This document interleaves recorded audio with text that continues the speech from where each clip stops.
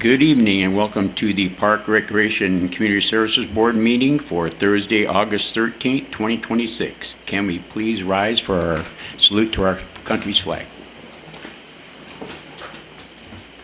I pledge allegiance to the flag of the United States of America and to the republic for which it stands, one nation, under God, indivisible, with liberty and justice for all.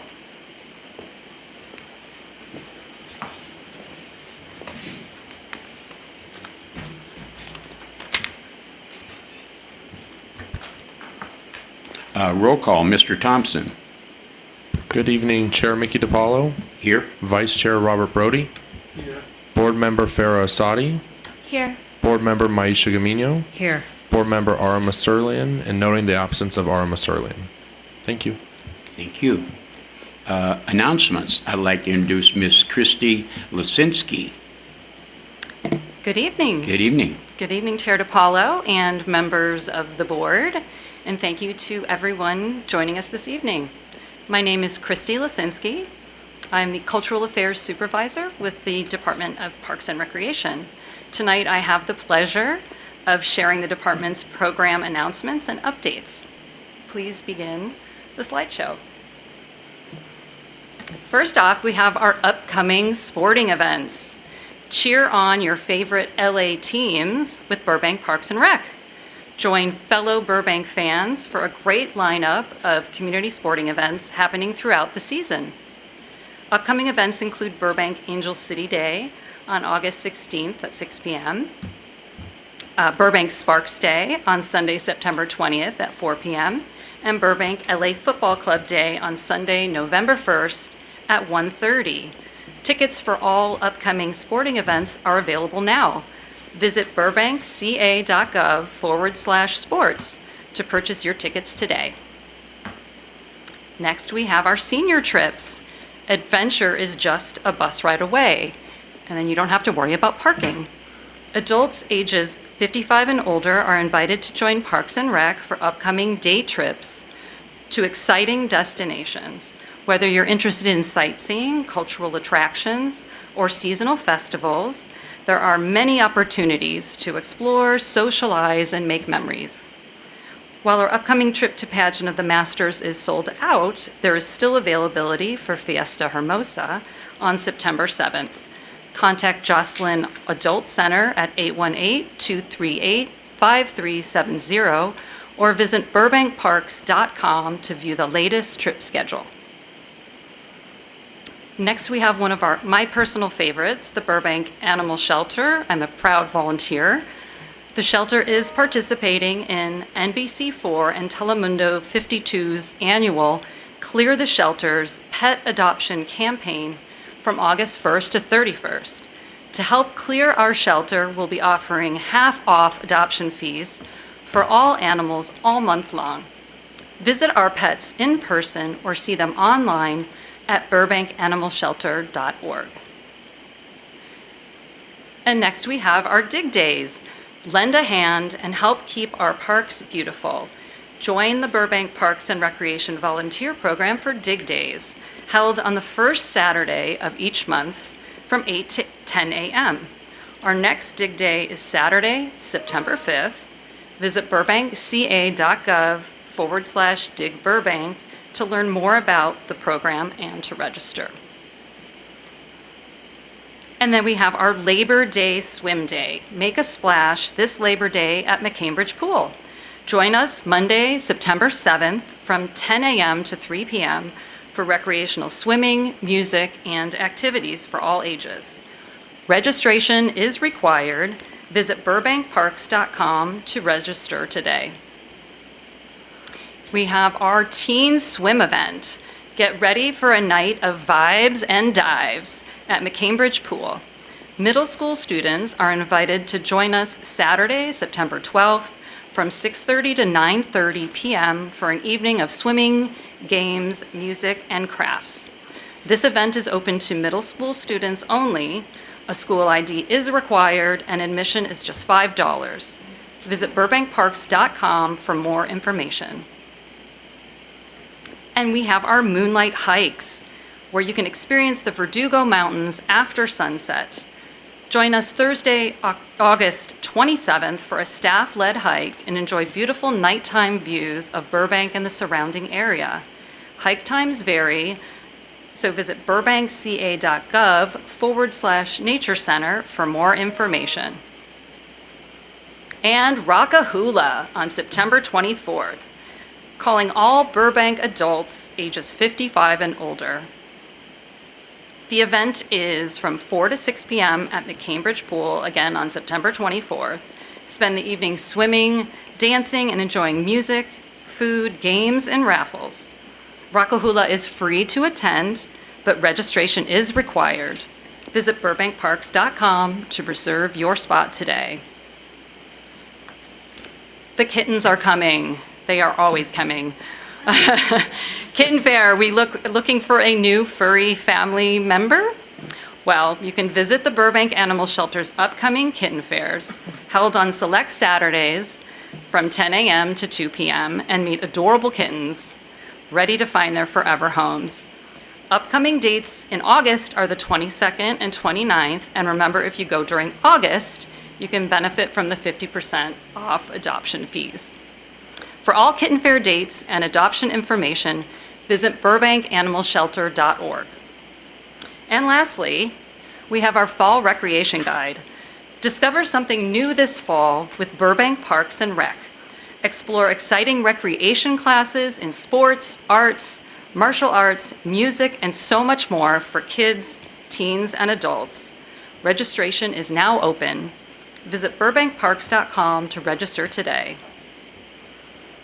And remember to follow us on Facebook and Instagram to stay up to date with the latest parks and recreation programs, events, and updates.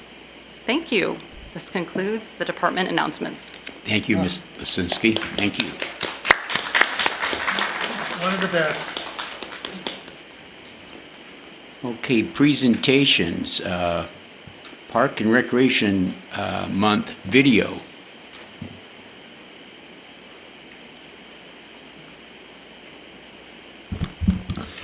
Good evening, Chair DePaul and Park Board members. As you all know, July was Park and Recreation Month, and the City Council did present the department, and which was received by our chair, a proclamation designating July as Park and Recreation Month. We did share a video, culmination of this last year's events and activities, and we would now like to share that video with you all and our community this evening.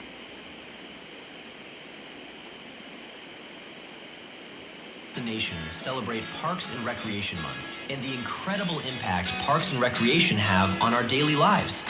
This year's National Recreation and Park Association theme is the power of parks and recreation. In Burbank, that power can be found in every park, every program, every event, and every opportunity that brings people together, strengthens community, and creates a sense of belonging. The power of parks begins with the places that serve our community every day. Across Burbank, residents enjoy a diverse network of parks, recreation facilities, sports fields, pools, and community gathering spaces that support health, wellness, and quality of life. The power of recreation creates opportunities for residents of all ages to learn, grow, and stay active.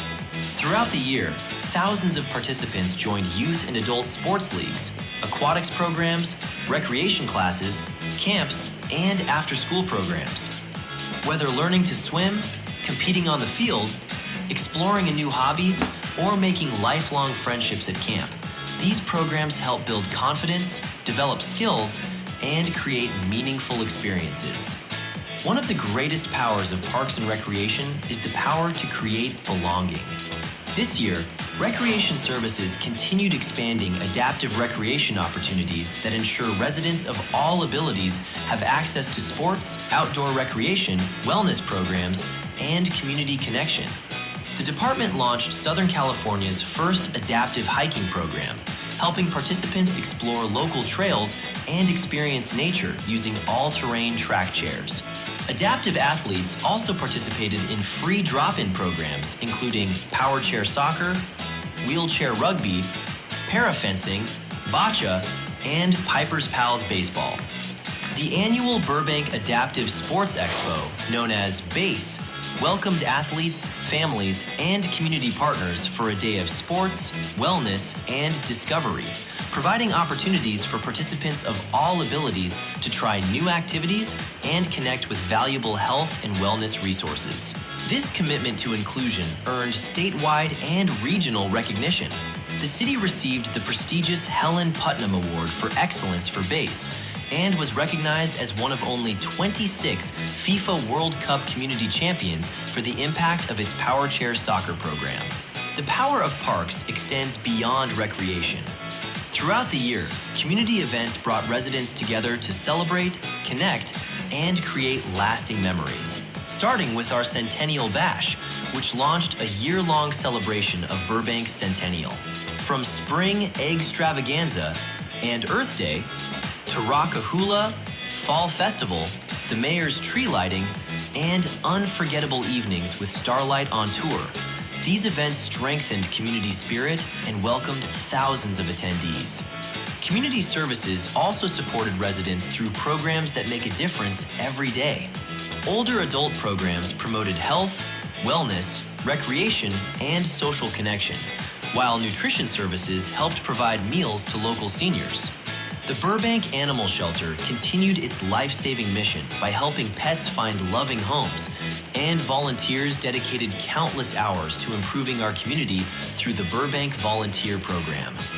Behind every program, event, and experience is a dedicated team working to serve the community. Landscape and forestry staff maintained more than 33,000 trees, 500 acres of open space, and 125 acres of parkland, helping preserve the beauty and health of Burbank's parks.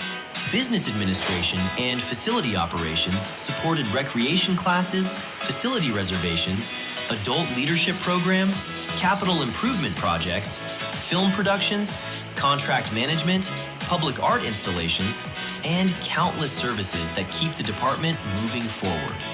This Parks and Recreation Month, we proudly join agencies across the nation in celebrating the power of parks and recreation. Thank you to our staff, volunteers, partners, and community members for helping create a stronger, healthier, more connected Burbank. Together, we are creating community for all.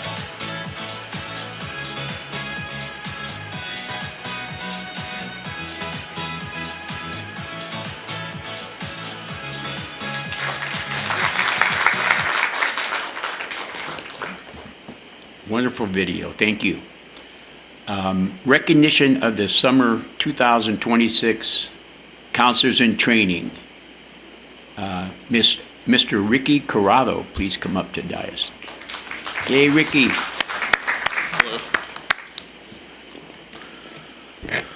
Good evening, Chair DiPaolo and fellow Park Board members. My name is Ricky Corrado, and I serve as a Senior Recreation Leader in the Youth and Teen Programs Division at Mary Ovid Recreation Center, and I am a former CIT. Thank you for this opportunity to highlight our 2026 Summer Counselor in Training Program. The CIT program is a volunteer program designed to enrich high school students. Throughout the school year, participants contribute to our after-school days program, gaining invaluable experience and interacting with and supervising children. They assist with homework, lead recreational activities, and provide essential support to our after-school day staff. During the summer, our CITs dedicate their time to summer days programs at multiple locations across Burbank, including Verdugo Park, McCambridge Park, Robert Gross Park, Stile Canyon Nature Center, and Robert Obram Community Center. Tonight, we celebrate the exceptional achievements of our 19 summer CITs.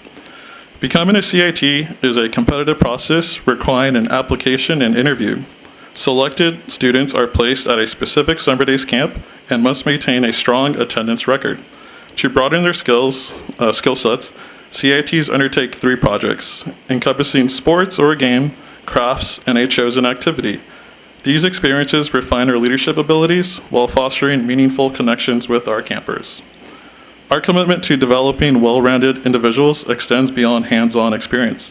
CITs participate in monthly trainings, training sessions covering essential topics such as public speaking, interview skills, resume building, and job interview techniques.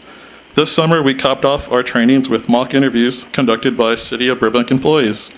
Notably, many of our current Parks and Recreation Department staff are proud members of the CIT program. Balancing academics, extracurricular activities, and personal responsibilities is a challenge for today's high school students. Our CITs have demonstrated remarkable dedication by collectively contributing to over 1,200 volunteer hours to the Burbank community. I am privileged to lead this program alongside my colleagues, Recreation Supervisor Jenny Griffin, Senior Recreation Leader Buster Roebuck, and Recreation Manager Noah Altman. We have witnessed our CITs grow immensely throughout the summer. Congratulations to our graduating CITs. Your commitment to serving your community is truly inspiring. You have made a lasting impact on the lives of countless young people. Before we formally recognize your accomplishments, let's hear from Dia Rajesh Kumar, a standout CIT who will share her personal experience as a CIT. Please welcome Dia Rajesh Kumar.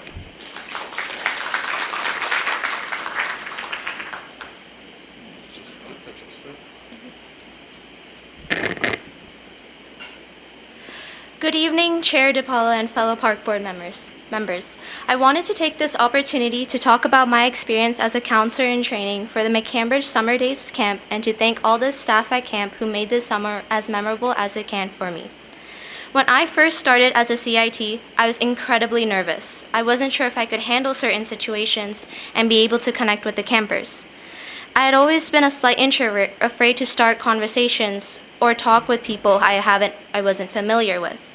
But being at camp made me realize something. The campers didn't want someone who had years of training with kids, but someone who would respond, "Can you play with me?" with yes. That honestly was more motivational for me than any other pep talk I had ever had.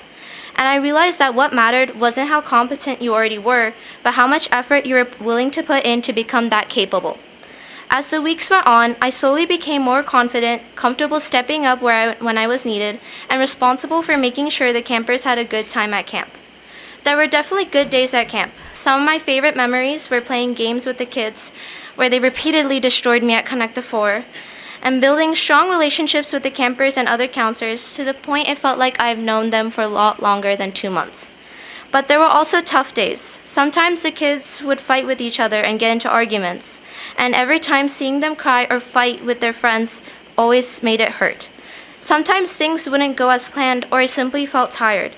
Those moments taught me to be patient when campers wouldn't listen, to stay calm, and to understand that being a good counselor isn't about having everything go perfectly, because plans rarely go the way they are supposed to when kids are involved.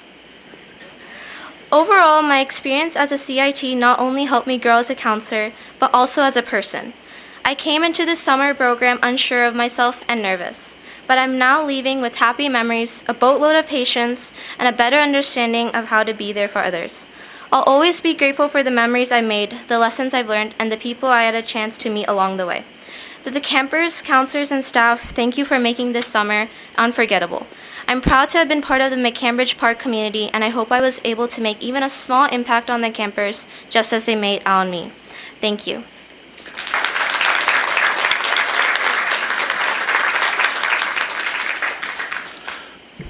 Thank you, Dia. Now I would like to invite Chair DiPaolo to join me in presenting certificates to our outstanding Summer 2026 CIT students. Sure. Test, test.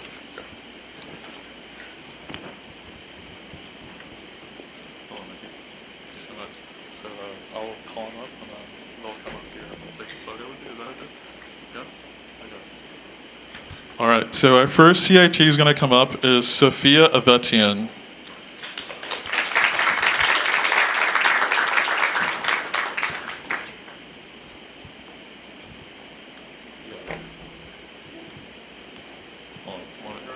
You guys want to come up a little bit closer to the side?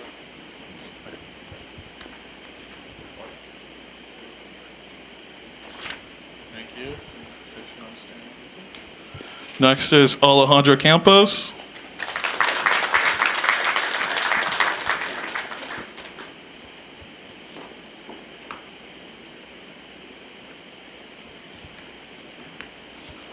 Next is Justin Corbridge.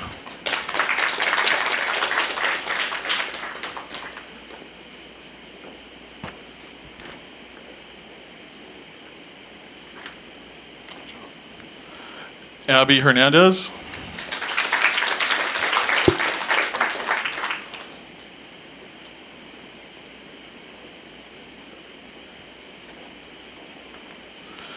Alicia Hill.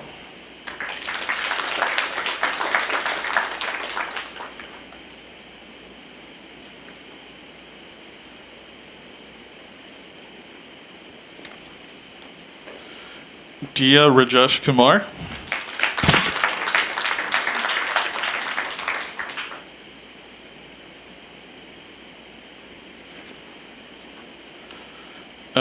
Brianna Mingay.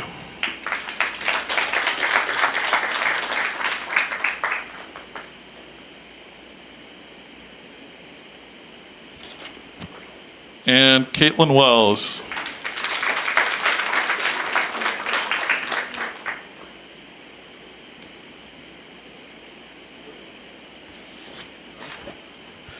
Thank you, CITs. And then, yeah, please a round of applause. They did a lot of hard work. Yeah. And then CITs, if we can just do one last group photo with Mickey, please.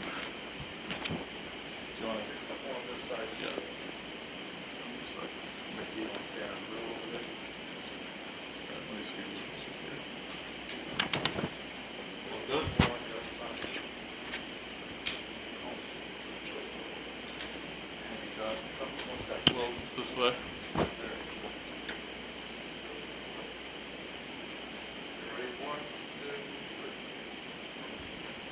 Alrighty, thank you CITs, thank you Park Board, thank you Mickey.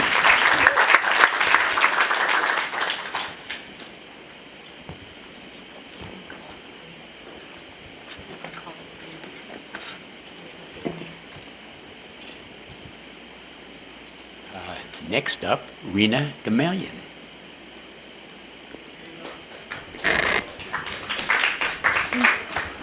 Good evening, Chair DiPaolo, members of Park and Recreation Board. My name is Rena Gamalion. I'm the Recreation Supervisor for Youth Sports with the City of Burbank Parks and Recreation Department. It is truly my pleasure to be here as we recognize our exceptional young athletes from our 2026 Hap Minor baseball and ponytail softball season. Every spring, hundreds of young athletes take the field eager to learn, compete, and most importantly, have fun. Along the way, they develop friendships, build confidence, learn the value of teamwork, and discover what it means to lead by example. Those lessons extend far beyond beyond baseball and softball fields and help shape the kind of people they become. Tonight, we have the privilege of recognizing 4 players whose characters, perseverance, leadership, and sportsmanship truly stood out throughout the season. Each has been selected to receive one of our program's perpetual awards among the highest individual honors presented within the Burbank Youth Sports. This evening's recognitions are being presented on behalf of the Burbank Parks and Recreation Board in appreciation of these outstanding young athletes and examples they've set for their teammates and our community. To our recipients, congratulations. To your families, coaches, and everyone who has supported you along the way, thank you. Your encouragement has played an important role in these young athletes' success, and we're honored to celebrate these special accomplishments with all of you this evening. Thank you.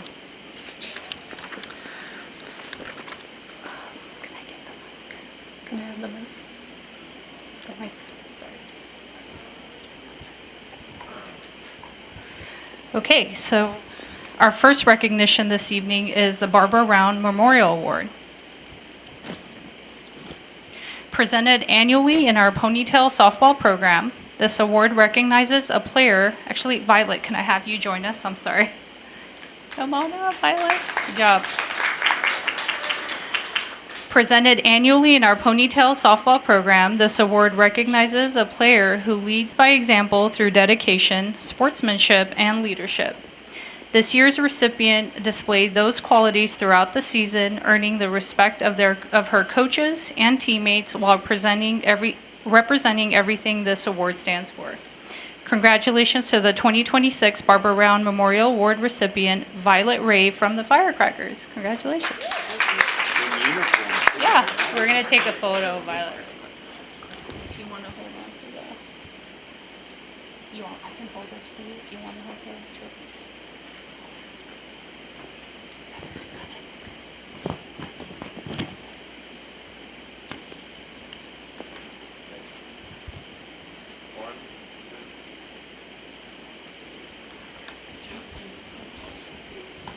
I'm going to take the trophy back here.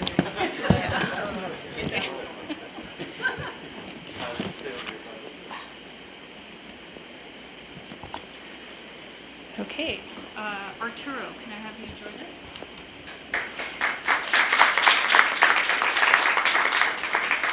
Continuing our presentations, our next recognition is the Jackie Arrington Award. Presented annually since 1971, this award recognizes a player whose enthusiasm, dedication, and passion for baseball reflect the spirit in which the award was established. This year's recipient distinguished himself through his commitment to the game, his sportsmanship, and positive example he set for everyone around him. Congratulations to our 2026 Jackie Arrington Award recipient, Arturo Aranda from the Rascals.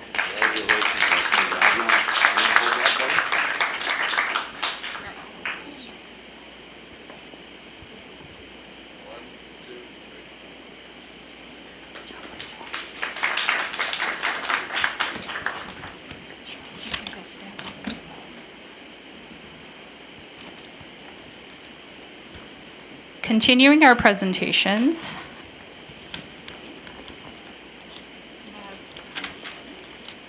Vivian, if you can join us, please. Our next recognition is the Linda Murphy Pioneer Award. Named in honor of our pioneer for women's athletics, this award recognizes a player who demonstrates leadership, determination, courage, and a commitment to making positive impact on those around her. This year's recipient exemplified those qualities throughout the season by leading with confidence, encouraging her teammates, and demonstrating outstanding character both on and off the field.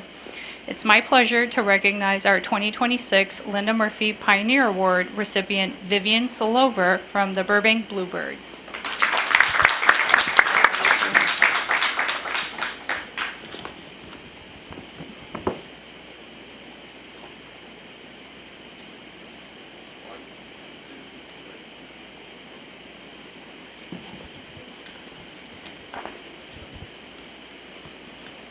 We have one more recognition, but he's not here. Before we conclude this evening's recognitions, we have one additional recipient we'd like to recognize who unfortunately could not be with us tonight. The Christopher Wilkie Memorial Award recognizes a Hap minor baseball player who exemplifies perseverance, sportsmanship, and genuine love for the game. This year's recipient consistently demonstrated those qualities throughout the season with a positive attitude, respect for others, and unwavering commitment to his teammates. It is my pleasure to recognize the recipient of our 2026 Christopher Wilkie Memorial Award, Alejandro Gonzalez from the Thunderbolts. Although Alejandro couldn't join us this evening, we wanted to make sure we gave him his recognition. He deserves and congratulated him on that. So congratulations, Alejandro.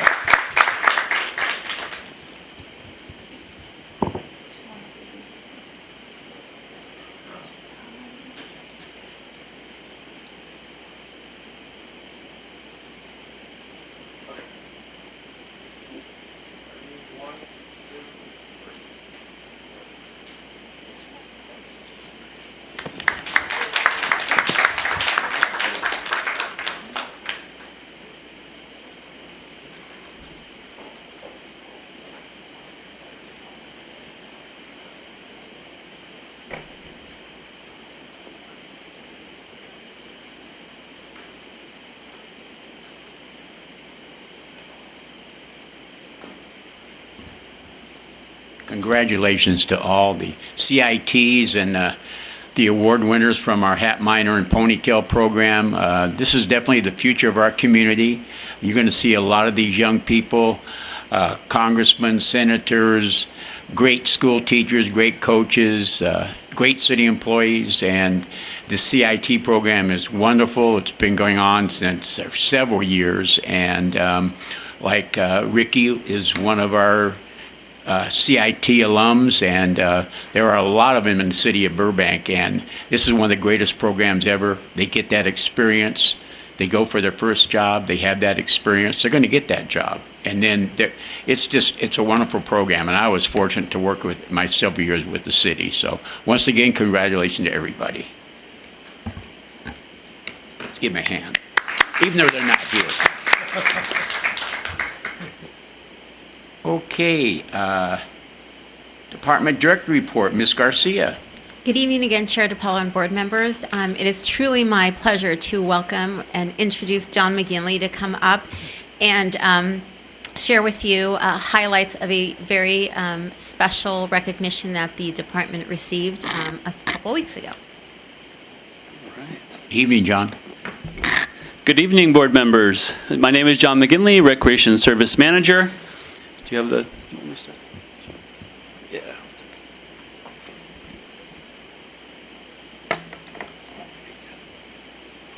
All right. The City of Burbank Parks and Recreation Department was recently recognized by the Los Angeles Dodgers at Dodger Stadium for its leadership in adaptive sports and inclusive recreation.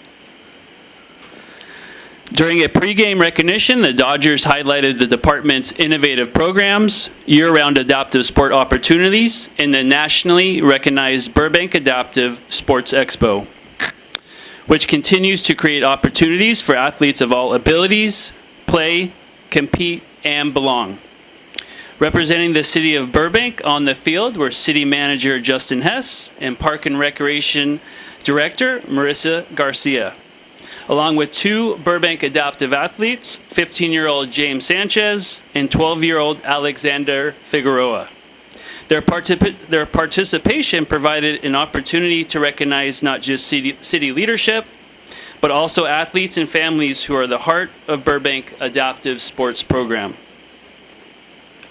The recognition also highlighted the city's receipt of the prestigious Helen Putnam Award for Excellence, which honored Burbank for its leadership in adaptive sports and inclusive recreation, and its efforts to establish a model for communities throughout California. More than 800 Burbank community members attended the game and joined in the recognition, creating a special opportunity to celebrate Burbank's commitment to inclusive recreation on a regional stage. The recognition at Dodger Stadium represents another milestone in the department's continued work to expand adaptive sports and inclusive recreation. Through base, year-round adaptive programming, and ongoing efforts to remove barriers to participation, Burbank continues to demonstrate that Parks and Recreation can provide meaningful opportunities for everyone to belong. Thank you. Thank you, John.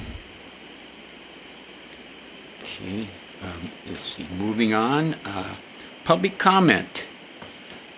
Now's the time for general public comment. For members of the public who are here in person and wish to speak, please present a completed general public comment card to recording secretary. Any person speaking during general public comment may address the board on any matter related to the Parks and Recreation Board. Comments are limited to 3 minutes per person. In order to promote fairness, please stay within your maximum allotted time of 3 minutes. A timer is available on the podium to help the speaker keep track of how much time is left. Please state your name for the record. I also encourage you to call in during the general public comment period at 818-238-3335. Callers will be placed in a queue until all in-person comments have been received. For callers, please remember to lower the volume on your TV or computer and take your phone off speaker when you deliver your public comment. At this time, we will begin with the in-person comments. The first speaker card I have is Mr. Eric Hawk of the Burbank Community Band. Mr. Hawk.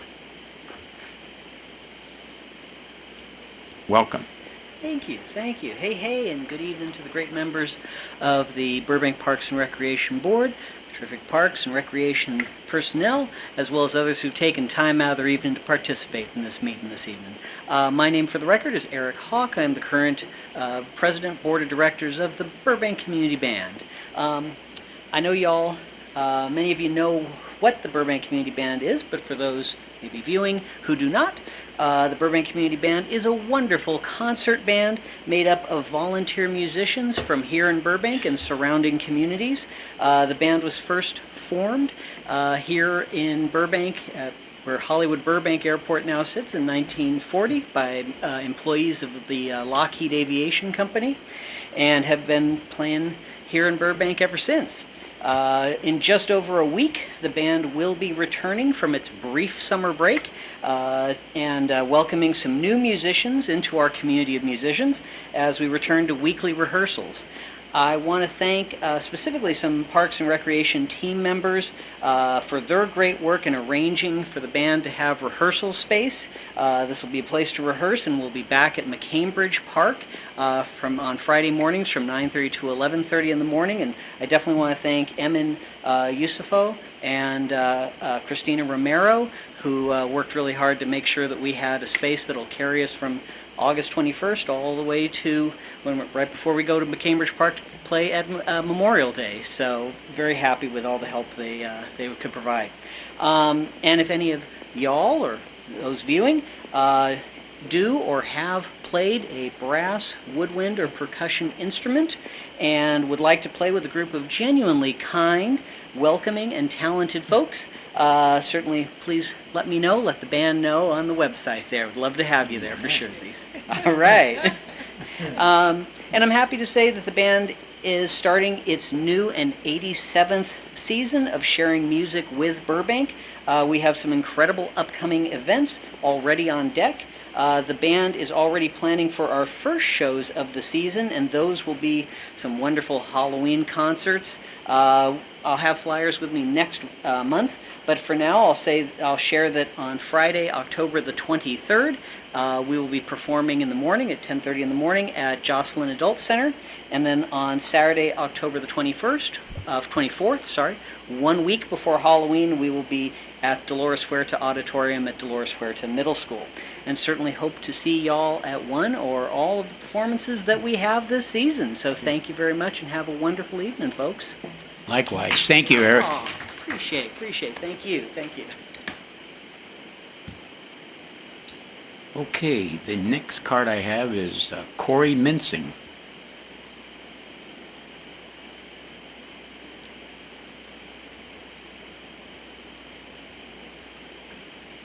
Good evening, sir. Hi, I'm Corey Mincing. I just wanted to introduce myself tonight since it's a time of change for many boards and commissions. I actually wrote birds and commissions, so the birds, they're changing. I'm on the Heritage Commission. I'm not representing or speaking on their behalf. I think there could be a lot of potential for collaboration with our groups, though. I know that Compass Tree Park is on the agenda tonight. So when we're looking at these historic sites, I've been looking for areas we can provide a platform for underrepresented groups and providing space to tell their stories, and not just regarding physical sites, which is a lot of our purview, but potentially historical and cultural programming as well. So I'd be happy to chat with any one of you at any point in the future to learn more. I first met Marissa at a tree workshop, and I had the mic for a while, like 20 minutes, so bless them for going along with that. But they had a lot of information on the historical tree makeup of Burbank, which was super interesting. So I just want to introduce myself, and Heritage Commission meets the first Thursday of every month. Well, thank you very much for coming tonight, Mr. Mincing. Okay, seeing no other cards, are there any phone calls? No phone calls? Okay. Seeing no other speakers, we will now close the public comment period.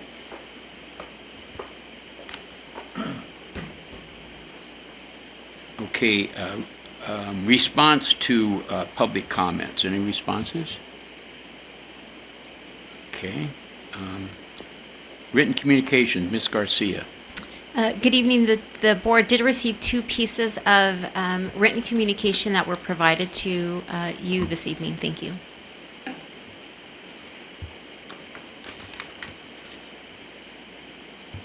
Any comments or questions on those?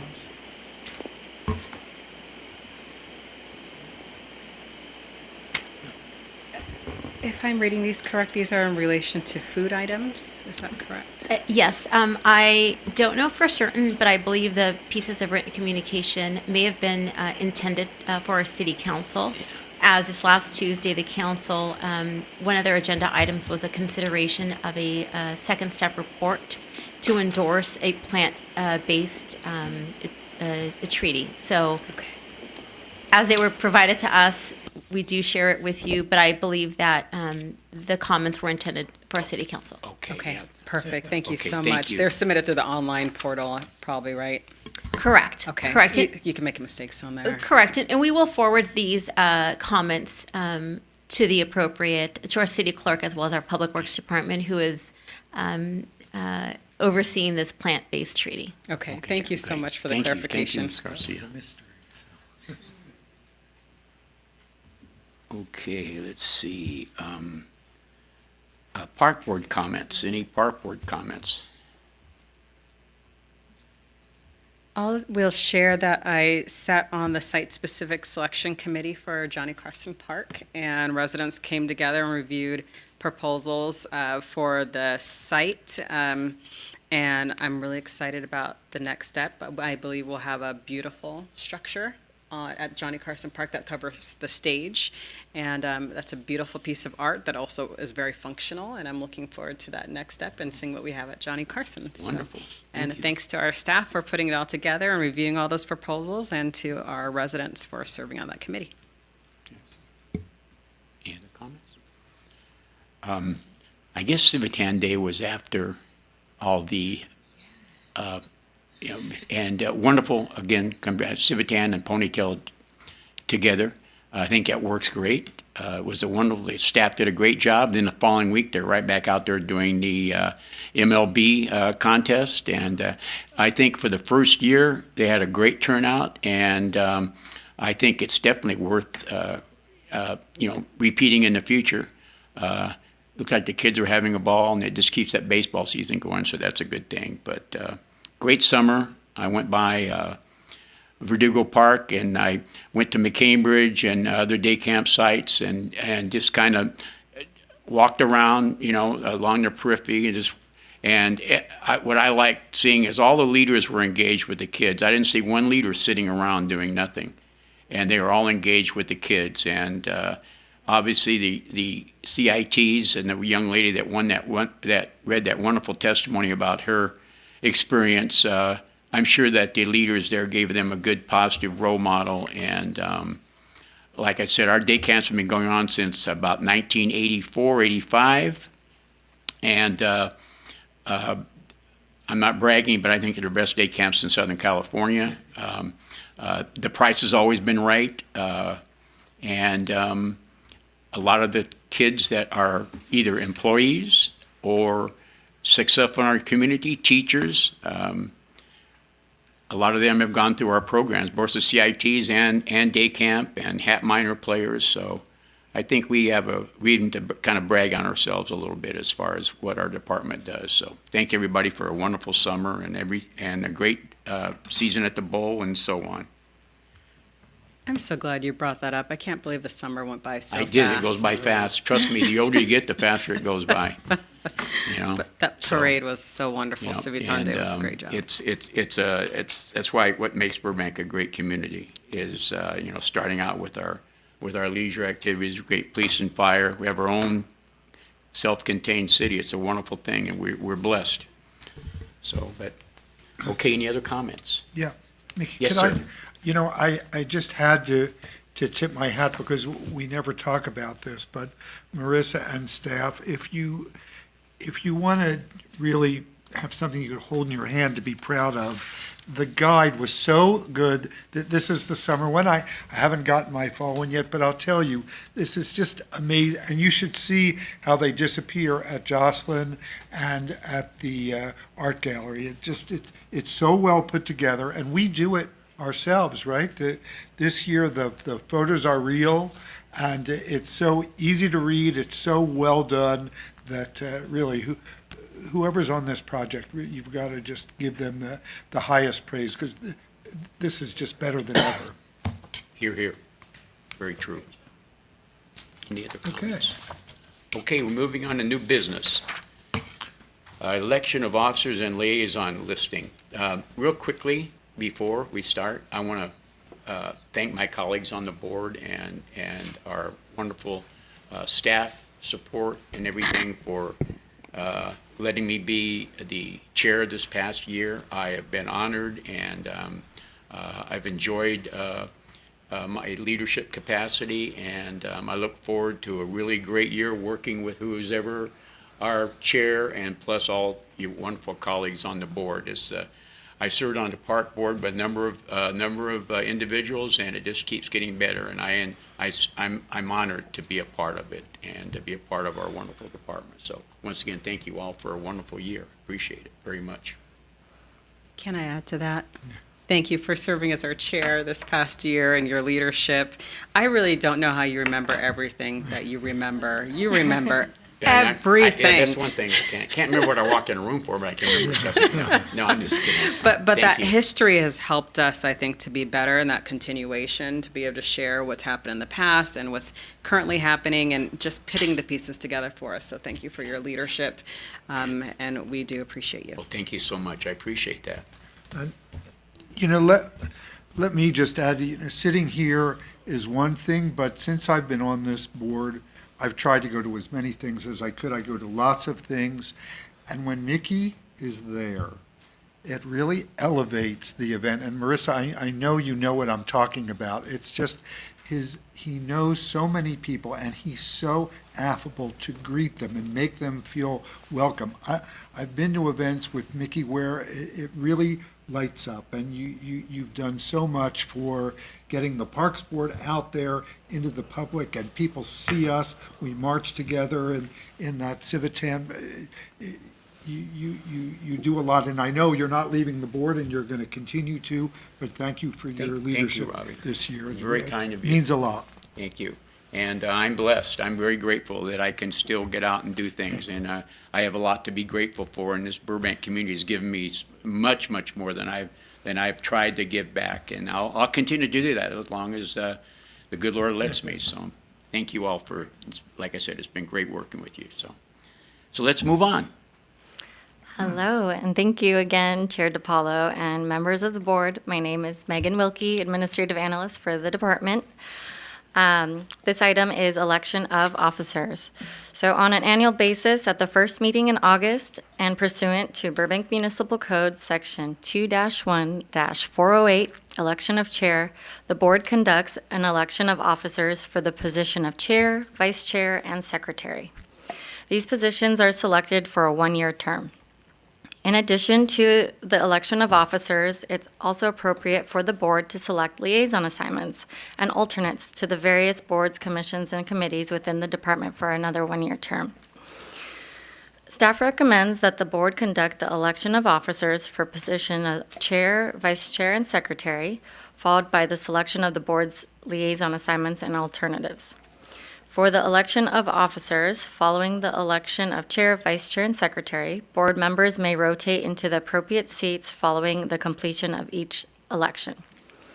Once the officers have been selected, the board will move on to liaison assignments. Staff will read through each liaison assignment individually, and after each assignment is presented and discussed, the board will take a vote on that specific assignment before moving on to the next one. The same process will be followed for selection of alternates as applicable. At this time, I will open it to the board for nominations for chair. We'll start with chair first, and then we'll do a roll call vote, and then go on to vice chair and secretary. Okay. Any nominations? I'll do the honors, or would you like? Okay. I'd like to nominate Robbie Brody for chairperson. I second that. Oh, or how does it? No, just Do kidding. we, So I'll take a roll call. So Yes. a motion. yeah, there was a motion. And a second. If I could, just for formalities, want to ask Mr. Brody if he accepts the nomination. Oh, yeah, Yes, I do. Thank you very much. And also just make sure that there are no other nominations for other board members who would like the position or like to be in the position of chair. No other nom. Do I have a second? I second. Roll call? And then Mickey DiPaolo, Yes. Farasati, Yes. Maisha Gamino, Yes. and Robbie Brody. Yes. Thank you. And thank you, Director, for slowing us down to follow that process. We do appreciate it. Now, for vice chair, Correct. will we all switch once we do? Yes.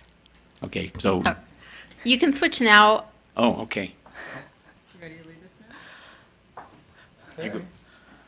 So now that we have a new chair, Start right here. Chair Brody will continue with the meeting this evening. Edgar, it's a good thing you're here for this. We'll be talking about it in a couple of days, right? All right, so we are ready for vice chair? Correct. Would you like to, or can I make that? Please make that. As my first, because this would be a great thing to do for my first official act as chair. You know, I love being on this board, and I have had an opportunity, of course, because we haven't missed any meetings, to watch Farah. And she's so thoughtful when she speaks and when she answers and recognizes members of the public. She's just exactly what I dream of for all members of the board, and she's just awesome. I'm so proud to work with her, and I think she would just be an exceptional vice chair. So I will nominate Ms. Asadi. I second. I accept. So I'll take a roll call. Chair Robbie Brody, Yes. Board Member Maisha Gamino, Yes. Board Member Mickey DiPaolo, Yes. and Vice Chair Farah Asadi. Yes. Thank you. Okay.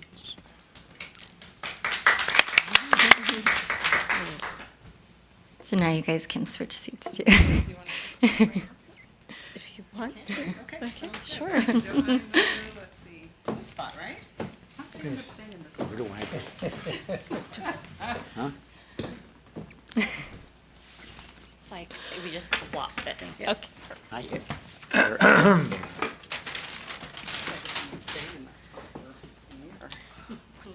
Fun, right? New function. All right, and now we will move to secretary.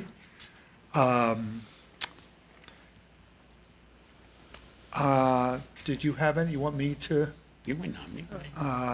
continuing in, it's such an honor to do it. I don't want to steal it from anybody else, but Maisha, who's led our group, and as I said, a whole year ago, inspired me to want to be on Parks and Rec, because she was such an awesome leader. So I'd like to continue our rotation, and our member who's not here said, oh gosh, please make sure that you ask Maisha if she will be our secretary. So I will nominate you for our secretary position.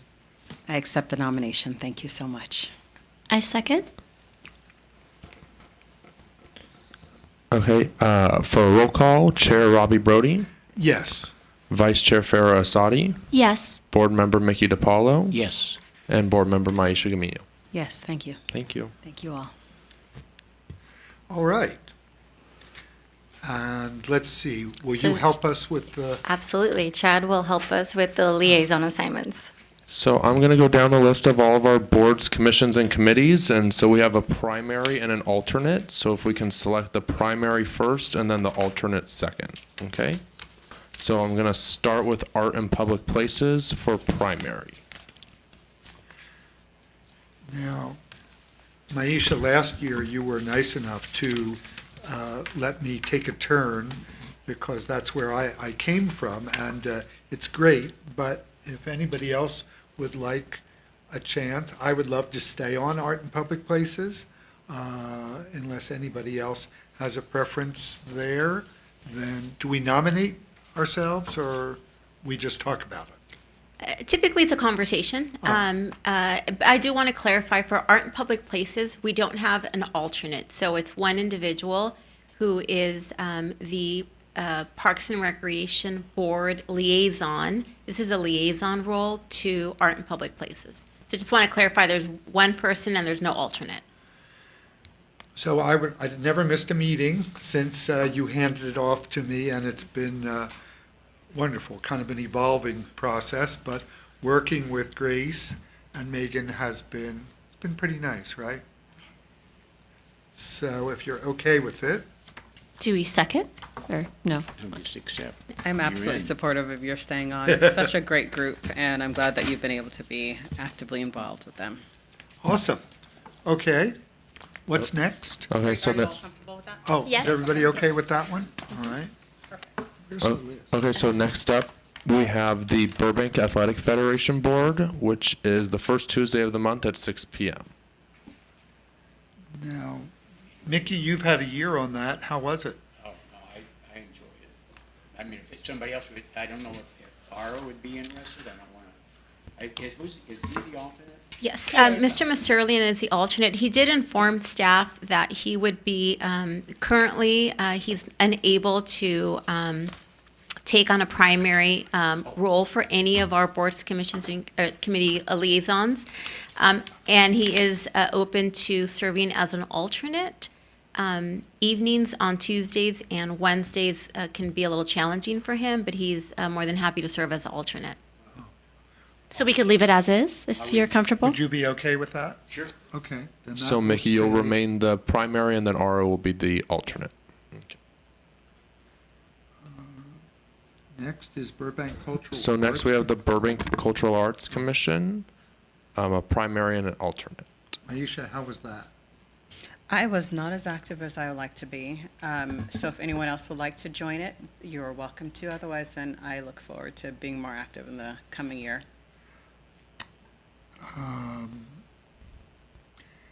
It's sort of a sister thing to art and public places, so I kind of like the idea of you on one and me on the other one. I like that.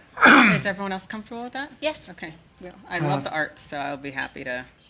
Stay as is then. And I'll stay as your alternate. That You sounds can always great. text me if you need me. Perfect. Adding it to my calendar now. I believe that will help me. So next up, we have the Sustainable Commission, which meets the third Monday at 5 p.m. So primary and an alternate. So that one was kind of hard for me on Mondays. What do you think? Do you want to give it a try? Yes, I can do that. I can either be primary or alternate, but I'm definitely open to whichever one. Does anybody want to be alternate or primary for that one? And I'm happy to take whichever other role. I think because it's Monday, Ara might be okay with being the alternate for that one if you're the primary. Sure. And Marissa, maybe just to kind of center us, if you're the primary, does that mean you are expected to attend all the meetings? Is that kind of how it works? Yes, I mean, we understand that just serving on this board is a big enough commitment. Being a liaison, it would be nice, but we also understand that, might be challenging at times. So if you can't attend all the meetings, that's okay. Certainly, some of the meetings are recorded, but you can also look at the minutes and reach out to staff if there's additional information or updates that you want. So certainly, we understand that it's a lot of time commitment. So no, you don't have to go to every single meeting, but it would be nice to at least stay abreast of the topics that are being discussed. Okay, so I can be I can be the primary and then Ara as the alternate. Perfect. Thank you. Next up is the DeBell Golf Course Advisory Committee, which is quarterly on the third Thursday at 11 a.m. I know Ara liked that one. I don't know if he wants to continue that, but I Yeah. think he did. He's the He primary, is. but it's during the day. I could be the alternate. And that's how it is now. So maybe we leave that one as is. Do we confirm that Ara would He- prefer to be secondary, correct? Correct. So currently, he has some obligations that would prohibit him or make it difficult for him to attend some of the meetings. So he's more than happy to serve in an alternate capacity. Would you mind switching with him then? Because I'm at work during the day on Thursday, so that won't work for me, but if you don't mind. And again, that group meets quarterly. So it's not a monthly, it's a quarterly. Thank you. So then next up, we have the Senior Board, which meets the fourth Wednesday at 1 p.m., a primary and an alternate. So Mickey, you're currently the primary. Again, I'm at work. Everybody's working, so I'll stay as a primary. I mean, none of us are seniors, so it's a funny committee then. We have a working problem. We're all too young to the senior board. Okay, and And then an alternate for that one. maybe have Ara as the alternate? Or does he have commitments on Wednesdays? Oh, Why don't you make me the alternate? okay. Oh, awesome. Thanks, Maisha. I'll be there 99%. I know. Now, Youth And, board. and then for Youth Board, it's the first Wednesday of the month at 6:30 p.m. how was it? I really enjoyed it, and I would like to be the primary again, but I don't want to be like a hog. If someone else wants it, please tell me, and I'll step back. Yep. If you're up for it, I'll be your alternate Cool. for youth board. Sounds good. That'd be great work with Noah and, yeah. Okay, so it'll be primary Farah, alternate Robbie.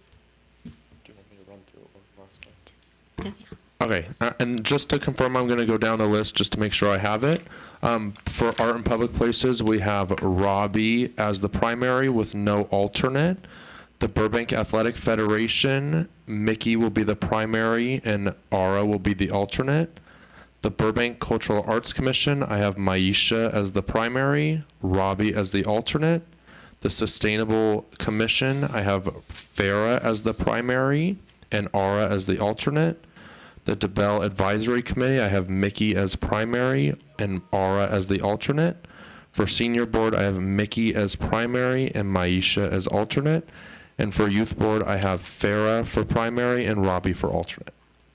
You got it. Perfect. Thank you. Thank you all very much for volunteering. And again, it's okay if you can't make all the meetings. Certainly, staff is here to help provide some assistance and provide information.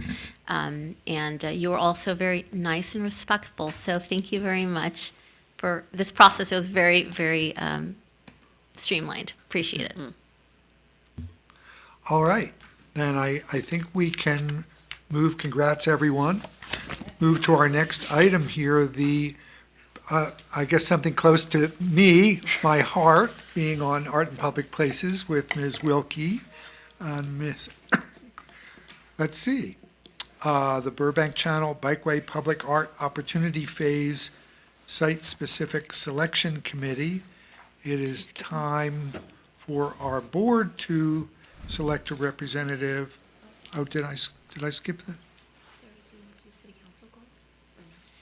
No, I think we're, am I right? Agenda item number 2 is review of city council goals and Oh. expectations. Oh, I apologize. That's And I'm okay. sorry, Mickey circled it for me. All right, the staff will provide the committee with an update on recent city council actions related to boards, commissions, and committees. I apologize. Sorry, Megan. No worries. Thank you, Chair Brody and members of the board. So the next item is an informational item only. It's just regarding the city council expectations for boards, commission, and committee members. I'll refer to them as BCC members, as well as City of Burbank Council priorities for 2025 through 2026.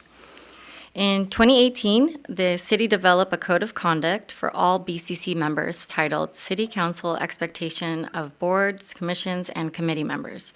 During several meetings in early 2025, City Council discussed potential revisions to this document.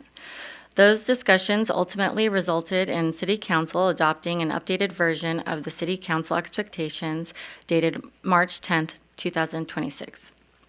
The two attachments included in the agenda packet, Attachment 1, which outlines the City Council expectations, and Attachment 2 are the City Council priorities. These materials were provided to board members with the agenda packet for review prior to tonight's meeting. Tonight's item provides an opportunity to formally review these materials with the board and ensure that members are familiar with the updated expectations and City Council's current priorities. Again, this is an informational item only. No action is required from the board, and staff recommends that the board note and file this report. And that concludes my report, and I'm happy to answer any questions. I have a question. I see that it looks like we need to sign a document about our understanding. Do we sign that here, or do you want us to email Those it? are signed it during onboarding, so yours has already been signed. If you were a new member, you would sign that during your onboarding process. Thank you for that Yes. reminder. And also, if at any time, if a document is updated by council, we would coordinate that if it's necessary for a new signature, just to acknowledge. Okay, perfect. Great, Thank you. thank you. I'll just add that I reviewed the action plan again, and of course, parks is throughout the document, but there's certainly areas where we can support our constituents of Burbank, and which supports our city council's action plan, and that would be quality of life and sustainability resiliency. I think there's areas that we can help support that and influence it throughout our terms.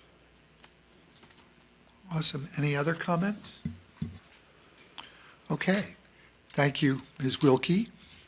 Now, back to the Brody Bikeway, as they're calling it.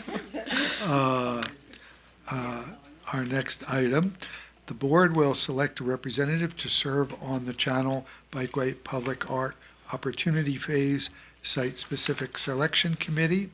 So, Megan, this will be a representative from our board to help pick which art will be used at the site?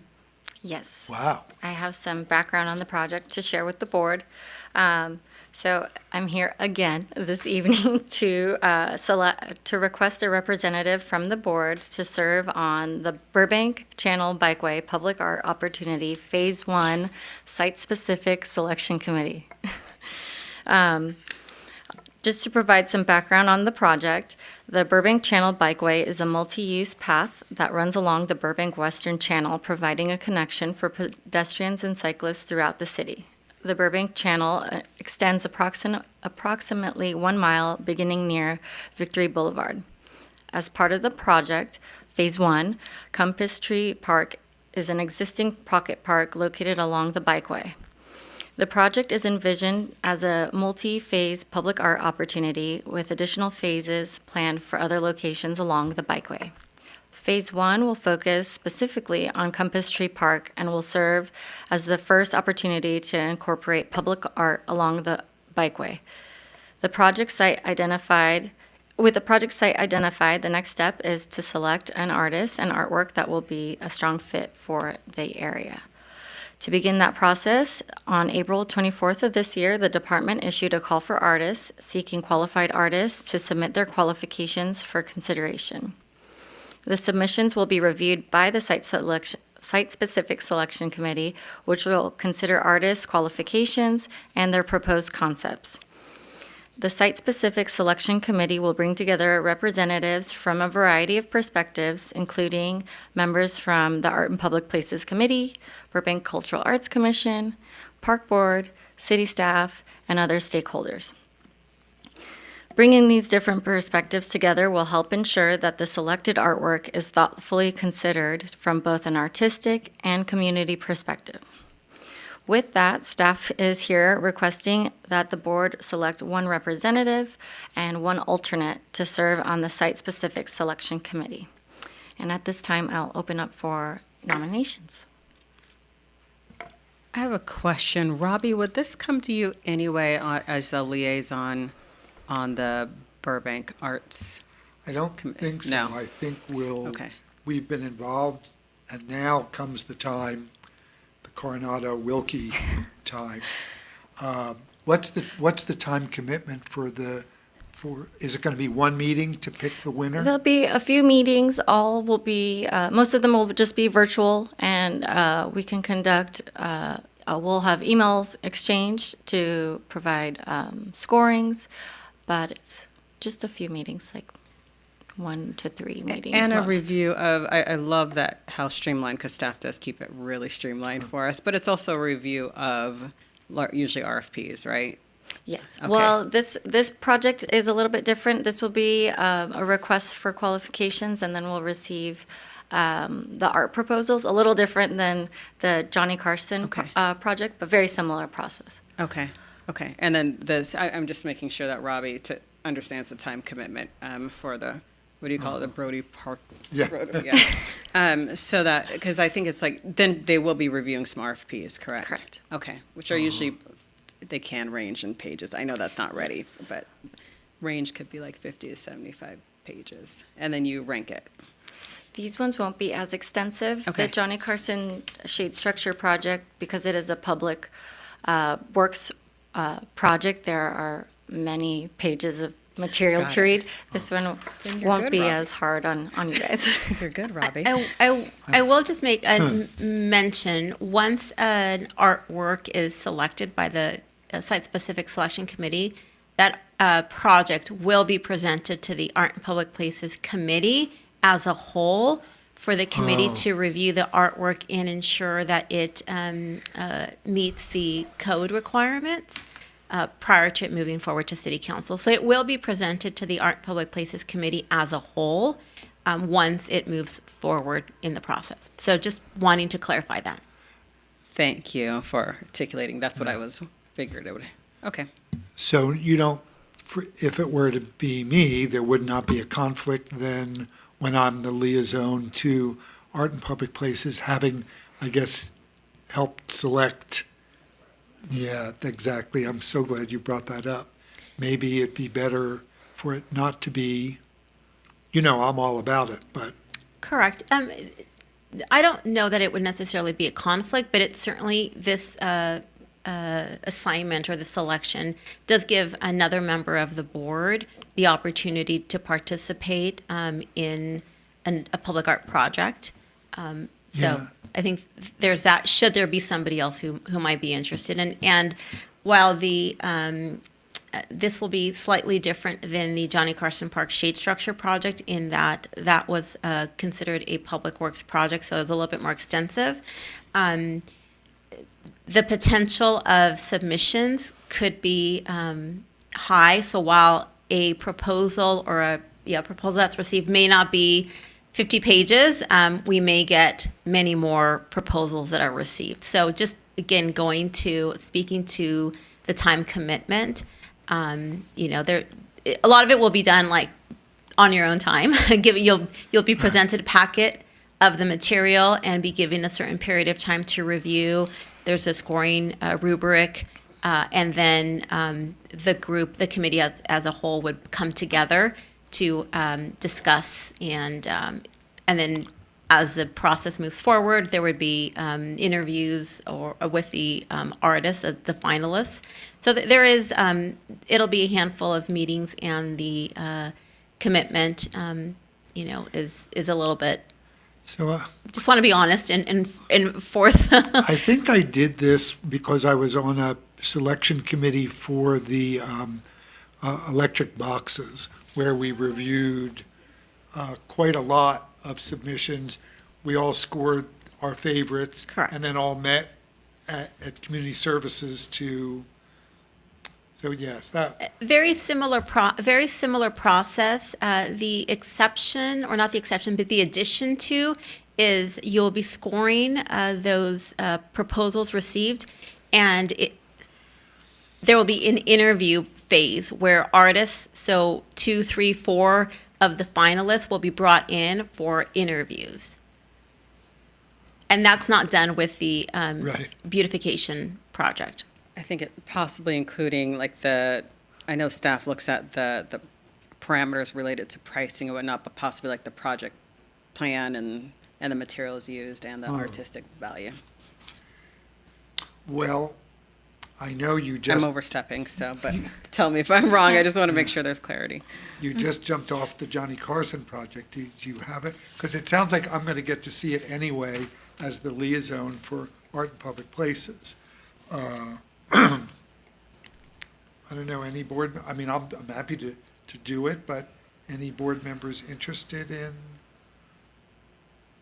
I know that there are quite a number of applicants, I think, right, that have submitted proposals. I don't know how many. We have 15. So,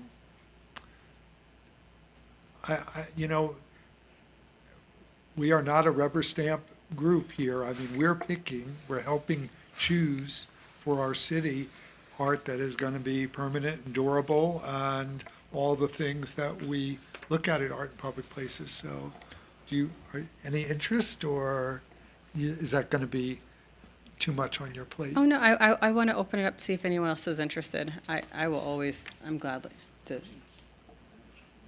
Well, look, I feel like I'm going to see it afterwards, so I feel like maybe if another board member is interested, then is there an alternate for this too, or is this just a? We want a primary person, but it would be nice to have an alternate in the event that whoever is selected, something comes up and they cannot fulfill their full obligation.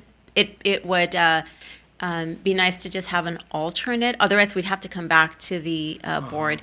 I will also to speak to the conflict of interest, potential conflict of interest. Chair Brody, who's a liaison to the Art and Public Places Committee, is not a voting member. So when this project moves forward to the Art and Public Places Committee, there wouldn't be a concern from staff's perspective should you'd like to be that on the site-specific selection committee.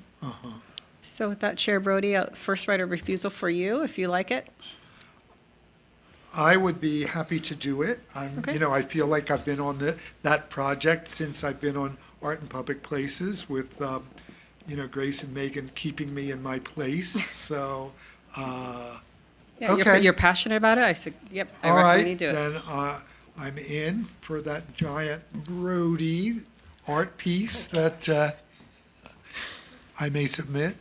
Okay, would you be my alternate just in Happy to be your case? alternate. All right, well, there we have it. So Grace, you are not rid of me on this project. You're joking. You're not Yeah. submitting for it, right? No, I'm not. Okay. I'm not submitting. I was going to talk about the conflict of interest now, For but the no. record, let's clarify that. Exactly, no, I'm not really submitting for it. And I suppose I would be able to provide public comment on what the committee did and how we worked on it, and I think that might be interesting to the other members of Art and Public Places. Correct, and we will, at the appropriate time, we will work with you, Chair Brody, to ensure that your comments can be shared appropriately at the Okay, Art and Public Places great. Committee. Yeah, Thank great. you.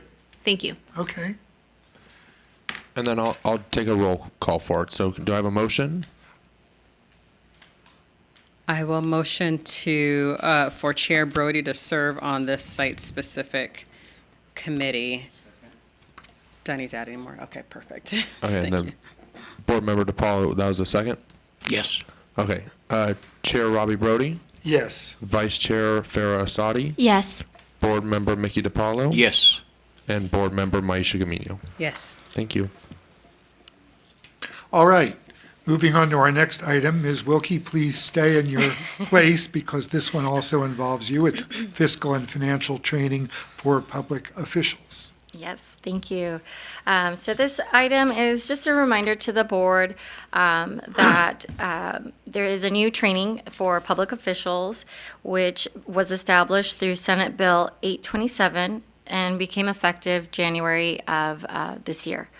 Under this legislation, certain public officials serving on boards, commissions, and committees are required to complete physical and financial training every 2 years. The training will be completed through the city's e-file system. It's how you guys file your Form 700. And members should refer to the email notification they received from efile@burbankca.gov. Members should have received an email on July 27th, and we are asking you to complete the training within 30 days of receiving the email. So please let me know if you haven't received that email, and I'd be happy to connect with the clerk's office to send that back out. And again, just an informational item, note and file. Any comments there? I have to say, board members, I've done it, and it is not an easy task. Did you guys all have to do it also? No, it's other board members have expressed similar If you look comments. away from your computer, somehow it knows. And it stops the timer. So when I say it's 2 hours, it's 3 hours. It's quite a lengthy, no, it's interesting, and it's very well put together, I would say. It's just a vendor that we use, but I'll tell you, man, don't get up to get a drink of water because it's mad at you. All right. Well, introducing one of my favorite Burbank staffers is a real honor as the chair to talk about the Spring 2026 Parks and Rec Programming Update, Mr. Edgar Manukian.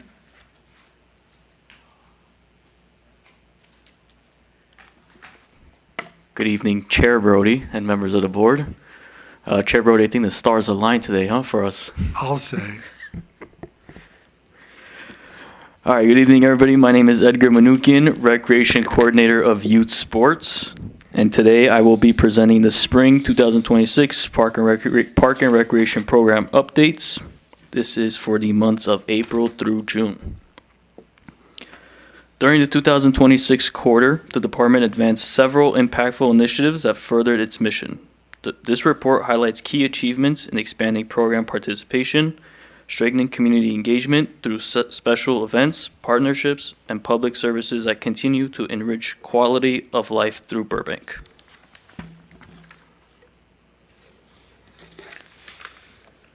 The Burbank Animal Shelter took in 482 cats and dogs, successfully adopted out 204, and reunited 58 lost pets with their owners. Animal control officers responded to a total of 1,774 calls of service.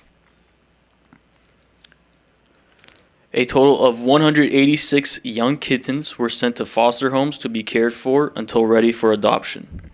A total of 63 kittens were adopted through the Kitten Foster Program. Animal control officers were recognized at City Council, with April 12th through 18th being declared as National Animal Control Appreciation Week in the city of Burbank. On June 6th, Burbank Animal Shelter participated in California Adopt a Pet Day, offering free adoptions in partnership with Cal Animals, the San Francisco Society for the Prevention of Cruelty to Animals, and the American Society for the Prevention of Cruelty to Animals. All adoption fees were subsidized by the ASPCA, helping a total of 22 pets find their forever homes. The first Kitten Foster Program Adoption Fair took place on June 13th, where foster parents brought their kittens to be adopted. During the 2026 spring quarter, the Betsy Lukey Creative Arts Center hosted 3 art exhibits. In April of 2026, the artistic talents of Burbank's youth were celebrated at Burbank's Cultural Arts Commission's annual Youth Art Expo, Art Takes the Stage. The event received an impressive 1,373 submissions from students in grades K through 12, with 241 works selected for exhibition in the gallery, showcasing creativity and diverse perspectives of young artists throughout the community. In May of 2026, the Betsy Lukey Creative Arts Center featured Freedom Reframed by Collage Artists of America. The exhibition opened with a reception on May 1st and showcased a dynamic collection of collage artwork highlighting the creativity and technical skill of participating artists. Through layered imagery, found materials, and unexpected juxtapositions, each piece explored themes of freedom and self-expression from personal, political, and creative perspectives.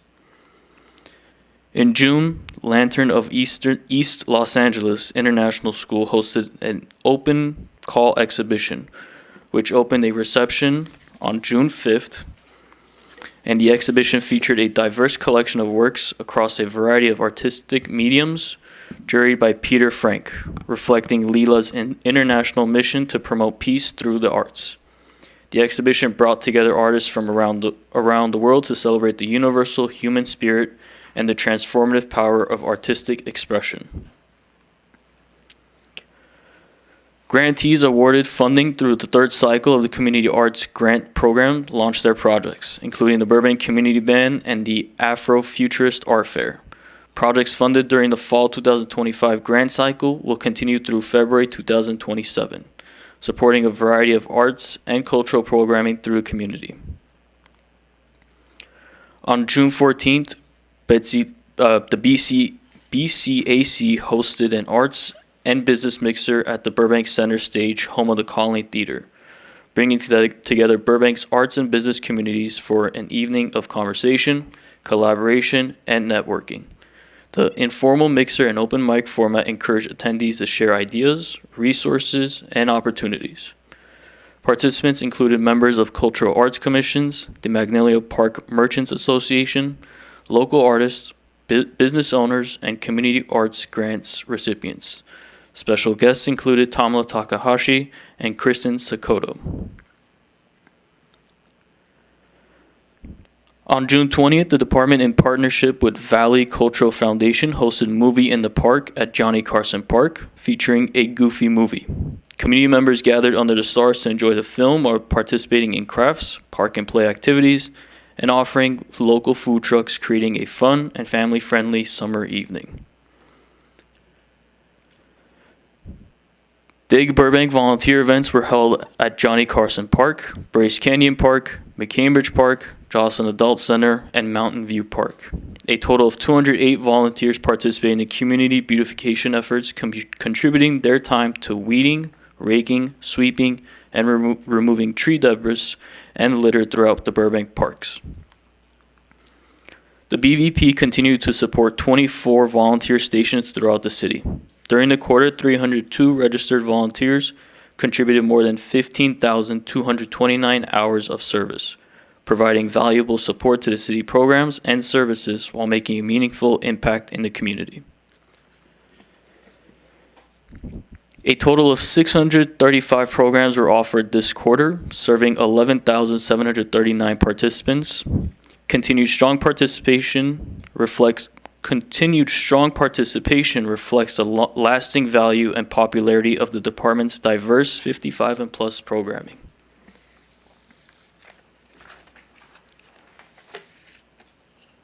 The Jocelyn Adult Center and Tuttle Senior Center continue to provide a robust selection of programming, offering more than 60 weekly classes that promote physical activity, social connection, and lifelong learning.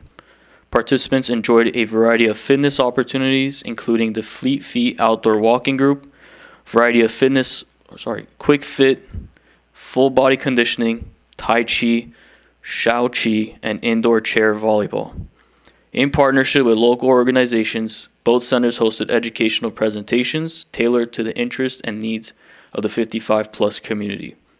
Patrons had access to a variety of valuable services, including assistance with advanced healthcare, durable power of attorney, Bet Tisdek legal services, gadget tutoring, hearing screenings, Medicare counseling through health insurance counseling and advocacy program, notary services, and guidance on simple wills.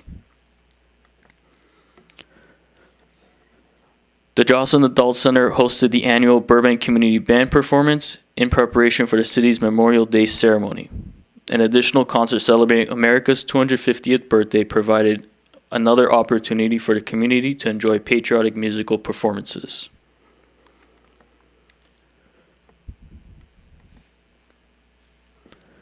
Staff proactively secured additional resources to sustain essential nutrition services.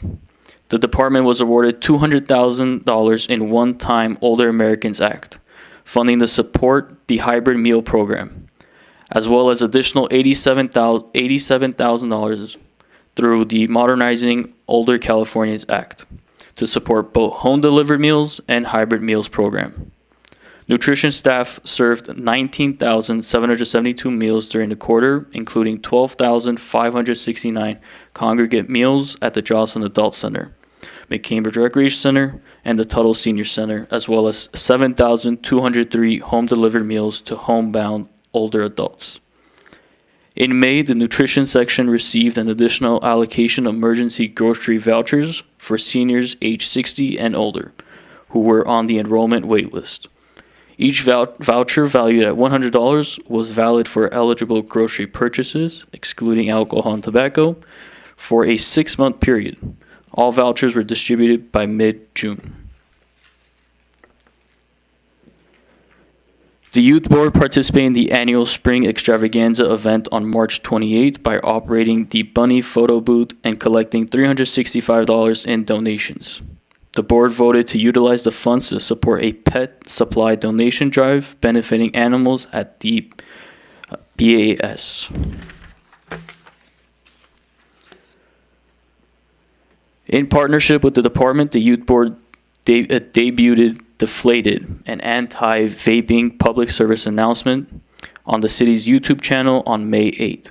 The video follows the story of a high school student athlete through a what-if scenario, highlighting the negative impacts vaping can have on physical and mental health. Youth Board Chair Aiden Yoon presented the Austin Cook Award for Outstanding Youth to Cole Kramer, a 12th grade student at La Cañada High School and a lifelong Burbank resident. Cole has demonstrated a strong commitment to environmental education, entomology, inspiring students through classroom presentations, virtual programs, youth outreach, and leadership with Lorcan scholars. His accomplishments include award-winning scientific research, maintaining a 12,000 specimen insect collection, operating a successful mantis business, serving as a dedicated student leader and volunteer. Cole was recently recognized with the Cole Opertis Society Youth Initiative Award and had received a $1,000 grant to support his proposed research on subterranean beetles in Los Padres National Forest. He credits his parents, Jessica and Matt Kramer, for their continued support and encouragement. Priority registration for After School Days program concluded on April 24th. Of the 430 spots available, excluding fifth grade students who aged out of the program, 291 participants are returning for the upcoming school year. All ASD sites are located on the Burbank Unified School District elementary school campuses, providing safe and convenient and enriching after-school care for students. Open registration began on June 2nd, and enrollment reached 70% capacity by late July. The Summer Days program launched on June 1st with sold-out camps at McCambridge, Verdugo, and Robert Gross Park locations, each serving 80 campers ages 5.5 through 10. The Teen Summer Days camp serving youth ages 11 to 14 at Verdugo Park also reached capacity. Additionally, the Nature and Art Summer Days camps filled all available spots, serving 40 to 60 campers. Overall, approximately 4,000 campers will participate in the Summer Days programs throughout the summer. Participants enjoy a wide variety of enriching activities, including sports, games, arts and craft, science, nature exploration, hiking, swimming, field trips, and special performances. The Summer Days program is projected to generate nearly $970,000 in revenue this summer.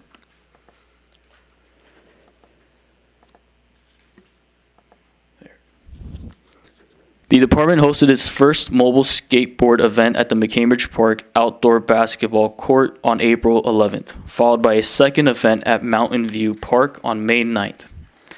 The events provided skaters with access to mobile skate equipment, including ramps, rails, platforms, creating new opportunities for recreational skateboarding in neighborhoods beyond the immediate area of Valley Skate Park. This initiative supports the department's commitment to expanding safe, accessible, and inclusive recreational opportunities throughout the community.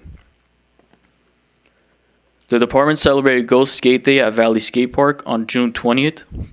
Pacific Skate School returned as the event MC and facilitated a variety of skate contests throughout the day. In addition to skateboarding activities, attendees enjoyed games, refreshments, music, and a popular raffle featuring prizes donated by Val Surf. On April 25th, the department partnered with Public Works, Burbank Water and Power, and the Sustainable Burbank Commission and the Burbank Eco Council to host the second annual Plant Power Earth Day celebration at McCambridge Park. This event featured the Tree City USA ceremony celebrating the city's 48th consecutive year receiving the designation along with a ceremonial tree planting. Attendees enjoyed live music from the Burbank Music Academy, a variety of guest speakers and presenters, and nearly 30 vendor booths showcasing sustainability, focused resources, and initiatives. Approximately 300 participants registered for this event, with an estimated 2,600 visitors attending throughout the day. The department and the Burbank Veterans Committee hosted the annual Memorial Day ceremony on May 25th. The Burbank community gathered to honor and remember the service members who made the ultimate sacrifice in defense for our country.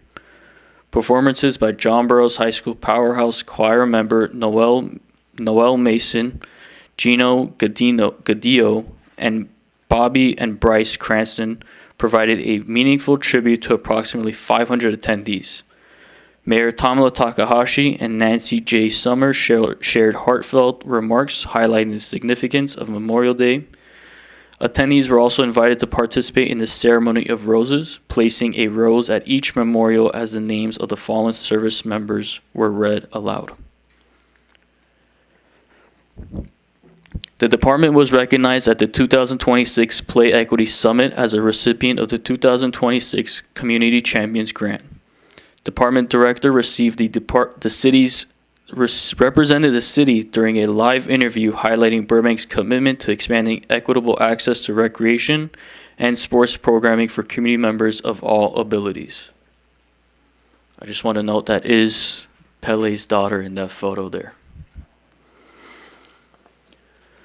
On April 11th and 12th, the department partnered with SoCal Adaptive Sports and the Sports and Aquatics Division to host an adaptive bocce tournament at Burbank High School. This event provided an inclusive recreational opportunity for all abilities while strengthening community partnerships and expanding adaptive sports programming within Burbank.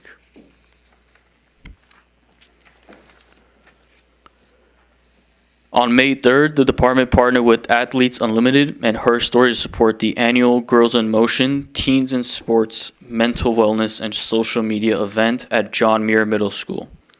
The event focused on empowering young women through conversations surrounding athletics, mental wellness, and the impact of social media. Department staff provided recreational activities, helped create a welcoming environment for participants while supporting an event that celebrated and recognized women in the community. On June 13th, the department partnered with the Burbank Civitan Club to host the annual Civitan and Jamboree Day, the end-of-season celebration for participants in the department's Hap Minor baseball and ponytail softball programs. This event brought together players, families, coaches, volunteers, community members, and the local dignitaries for a parade, awards ceremony, recreational activities, games, and entertainment. Department staff coordinated event logistics, facilitated activities, and supported participants throughout the celebration to ensure a safe, fun, and memorable experience. The long-lasting partnership with Burbank Civitans Club continues to celebrate youth achievement, recognize the dedication of players and volunteers and strengthen community connections throughout youth sports. On June 18, the department attended a FIFA World Cup match through the 26 Champions Grant, which was awarded earlier in the year. As part of the grant experience, the department hosted a surprise reveal on June 7th for 5 Power Chair soccer athletes and their families, announcing that they would receive tickets to attend the match. The grant provided the department with 20 tickets, creating an opportunity for adaptive athletes and their families to participate in a once-in-a-lifetime sporting experience.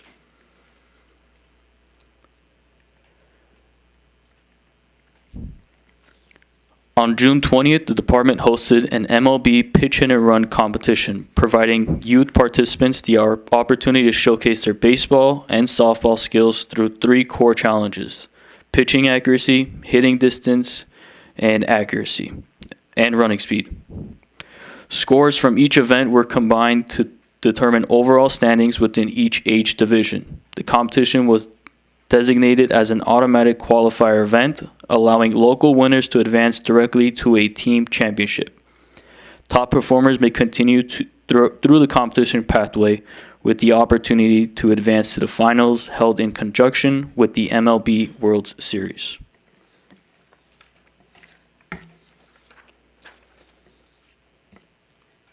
The Verdugo Aquatic Facility welcomed more than 68,000 total entries across recreational swim, lap swim, permit groups, and special events and aquatic programs this quarter. Lap swim and membership engagement totaled 12,570, and aquatic programming totaled 26,033. On May 23rd, On May 23rd and 24th, the department hosted its annual aquatic in-service training with more than 40 aquatic staff members participating in the 2-day training. The sessions focused on lifeguarding skills, emergency response procedures, rescue techniques, customer service, and team readiness to prepare staff for the busy summer season. Verdugo Aquatic Facility hosted a successful water safety event on May 25th, featuring 3 sold-out sessions. The Burbank Fire Department participated by providing CPR training and support. Staff guided participants through swim assessments, life jacket safety demonstrations, and CPR education to promote water safety awareness and preparedness. Verdugo Aquatic Facility also celebrated Juneteenth with 3 sold-out sessions, providing community members with an opportunity to enjoy aquatic activities while recognizing and honoring the significance of the holiday. During the spring 2026 session, the department offered 233 contract recreation classes, serving 2,121 participants through a diverse range of programs designed to promote fitness, skill development, and lifelong recreation. The department continues to provide high-quality forestry maintenance services that support the health, safety, and long-term sustainability of the city's urban forest. During the quarter, the forestry section completed 2,183 parkway tree prunes, addressed 41 broken branches, removed 41 trees, responded to 4 tree down incidents, ground 39 stumps, and completed 95 additional park tree prunes. In addition, staff responded to 26 calls for service related to tree maintenance throughout the community.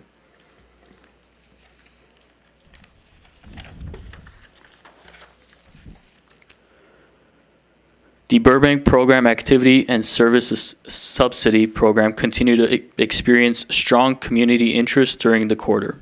An additional 41 new participants enrolled, increasing the total number of active past participants to 857. The program also supported 173 new registrations for class and programs among past participants. During the quarter, the department issued 8 film permits, generating $19,840 in revenue. Notable productions included Warner Brothers comedy drama television series Shrinking, starring Jason Segel and Harrison Ford, which filmed at Verdugo Park.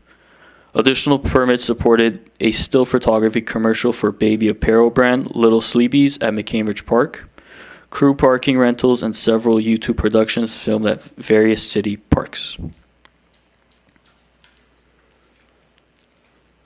The department concluded a highly productive spring 2026 quarter, highlighted by strong participation and expanded programming and meaningful partnerships that supported the delivery of quality services to the Burbank community. As the department enters its next century of service, it remains focused on responding to evolving community needs while enhancing opportunities for recreation, connection, and engagement.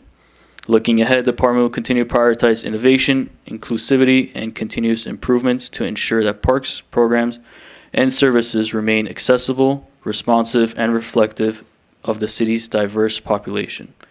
The accomplishments achieved this quarter demonstrate the dedication of the department staff and volunteers, along with the continued support and engagement of the Burbank community. That concludes my presentation. Thank you.